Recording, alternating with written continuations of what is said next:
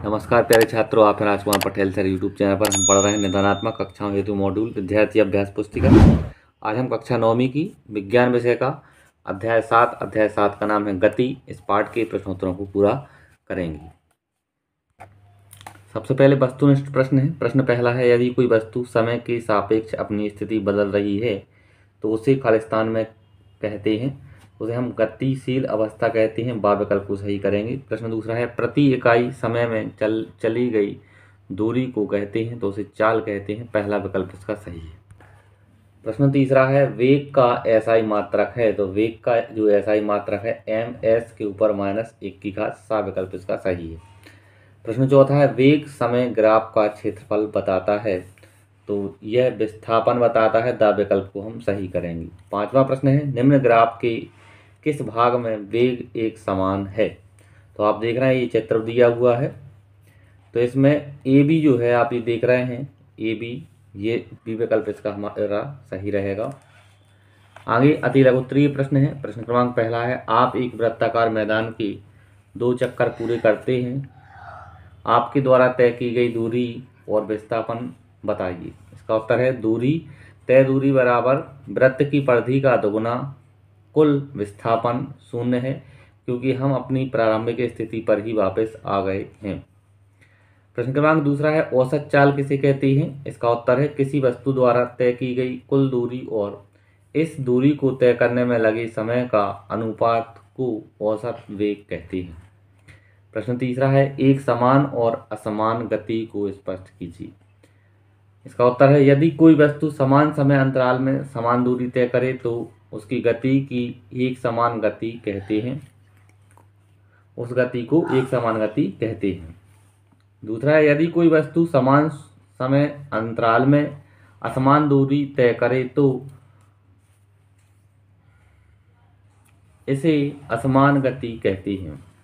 प्रश्न क्रमांक चौथा है, एक समान वृत्तीय गति किसे कहते हैं। इसका उत्तर है, जब कोई वस्तु एक समान चाल से किसी वृत्त की परिधि पर गति करे तो उसकी गति को एक समान वृत्तीय गति कहते हैं। आगे पांचवा प्रश्न है, त्वरण किसे कहते हैं। इसका सूत्र एवं मात्रक बताइए। इसका उत्तर है, किसी वस्तु के वेग में परिवर्तन की दर को त्वरण कहते हैं। त्वरण बराबर होता है वेग में परिवर्तन बटे समय, या a बराबर v - u बटे t, जहाँ v अंतिम वेग, u प्रारंभिक वेग और t समय है। त्वरण का मात्रक ms के ऊपर -2 की घात।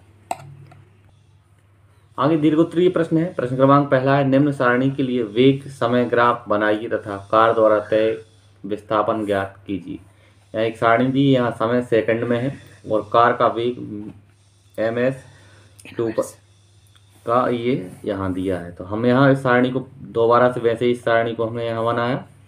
अब हमें यहाँ लिखेंगे, देखें यहाँ पहले ग्राफ बनाया 0 से लेके ये 40 तक जो आप देख रहे हैं ये सेकंड है, और ये इस वाली पट्टी पर वेग है 2, 4, 6, 8, 10, 12, 14, 16 इत्यादि।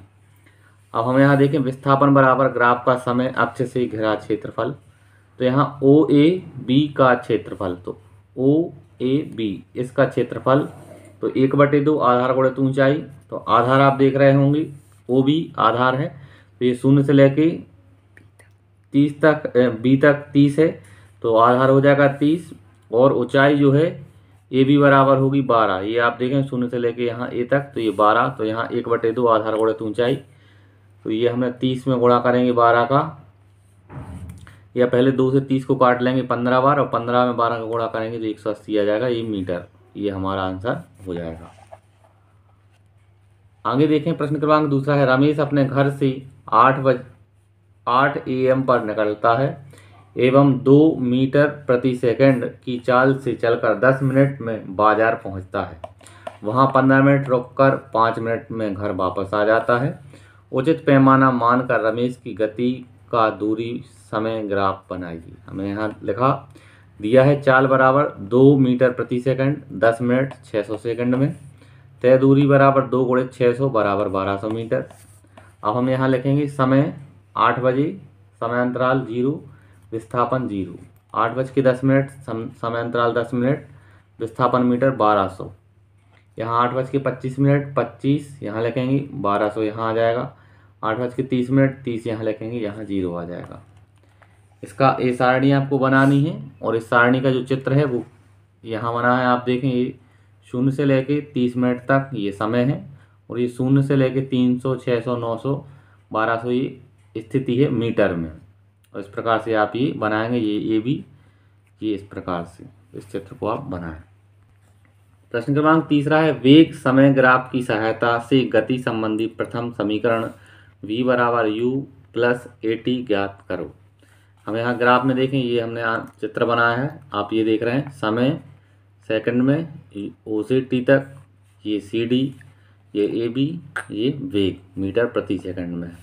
ग्राफ में OA बराबर CD, ये आप देख रहे हैं OA बराबर है CD, ये वाली दूरी, ये और ये बराबर है U प्रारंभिक वेग है, OE बराबर BC बराबर V अंतिम वेग, BD बराबर वेग में परिवर्तन OC बराबर T।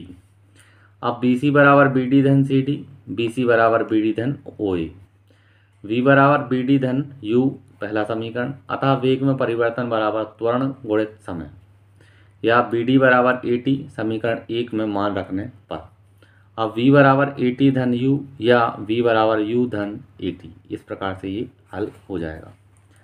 आगे देखेंगे प्रश्न क्रमांक 4 है, जब आसमान में बादल छाए होते हैं तो बिजली चमकने और बादलों के गरजने की क्रिया बार बार होती है। पहले बिजली की चमक दिखाई देती है, उसके कुछ समय पश्चात बादलों के गरजने की आवाज़ आप तक पहुंचती है। ऐसा क्यों होता है? यदि बिजली की चमक एवं बादलों की गरज के मध्य समय अंतराल 4 सेकंड हो तो बिजली गिरने के निकटतम बिंदु की दूरी का परिकलन कीजिए। वायु में ध्वनि की चाल 346 मीटर प्रति सेकंड ये दिया है। हम यहाँ लिखेंगे प्रकाश की चाल बहुत अधिक होती है तथा ध्वनि चाल बहुत कम होती है, अतः बिजली गिरने के स्थान से प्रेक्षक तक प्रकाश तत्काल पहुँच जाता है, लेकिन ध्वनि को यह दूरी तय करने में कुछ समय लगता है। अतः बिजली की चमक पहले दिखाई देती है एवं उसके कुछ समय पश्चात बादल गरजने की आवाज़ आती है। यदि दोनों घटनाओं के मध्य 4 सेकंड का अंतराल है तो ध्वनि द्वारा तय दूरी बराबर होगी चाल गुणित समय। 364 गुणित 4 बराबर में आएगा 1384 मीटर, ये हमारा आंसर हो जाएगा। आगे यहाँ छात्रों हमें मान रखने में थोड़ी सी मिस्टेक हो गई थी। यहाँ 346 हमें दिया था, वायु में ध्वनि की चाल 346 मीटर प्रति सेकंड, तो यहाँ हमने थोड़ी संख्या पलट दी थी। यहाँ लिखेंगे 346 गुणित 4, अभी हम इसका गुणा करेंगे तो 1384 मीटर आएगा। लगभग 1.4 किलोमीटर दूर बिजली गिरी होगी। आगे देखें प्रश्न क्रमांक 5 है, ग्राफ के आधार पर निम्न प्रश्नों को उत्तर दीजिए। यहाँ ये ग्राफ दिया है, आप ये ग्राफ देख रहे हैं, ये इस ग्राफ के आधार पर हमें प्रश्नों को उत्तर देना है। पहला प्रश्न है, ए द्वारा तय की गई दूरी। दूसरा है, किसके द्वारा अधिक दूरी तय की गई है, ए या बी के द्वारा। फिर यहाँ लिखा है किसका वेग अधिक है, ए या बी का। चौथा प्रश्न है, कौन सी वस्तु बाद में चलना प्रारंभ करती है। और 5वां प्रश्न है, अधिक चाल वाली कार कितने बाद कम चाल वाली कार को ओवरटेक कर लेगी। पहले प्रश्न का आंसर है ए द्वारा तय की गई दूरी 20 मीटर। दूसरा है बी द्वारा अधिक दूरी तय की गई है। तीसरा प्रश्न का आंसर है बी का वेग अधिक है। चौथा प्रश्न का आंसर है बी बाद में चलना प्रारंभ करती है। और 5वां है बी ए को t बराबर 2 पर ओवरटेक कर रही है तथा बी t बराबर 1 पर चलना प्रारंभ कर रही है, अतः b1 सेकंड के बाद ए को ओवरटेक कर रही है। तरह से प्यारे छात्रों, इस वीडियो के माध्यम से हमने अध्याय 7 गति के प्रश्नोत्तरों को पूरा किया। अगर आपको वीडियो अच्छा लगा है तो चैनल को सब्सक्राइब करें, वीडियो को लाइक करें, अपने दोस्तों के साथ शेयर करें। धन्यवाद। जय हिंद, वंदे मातरम।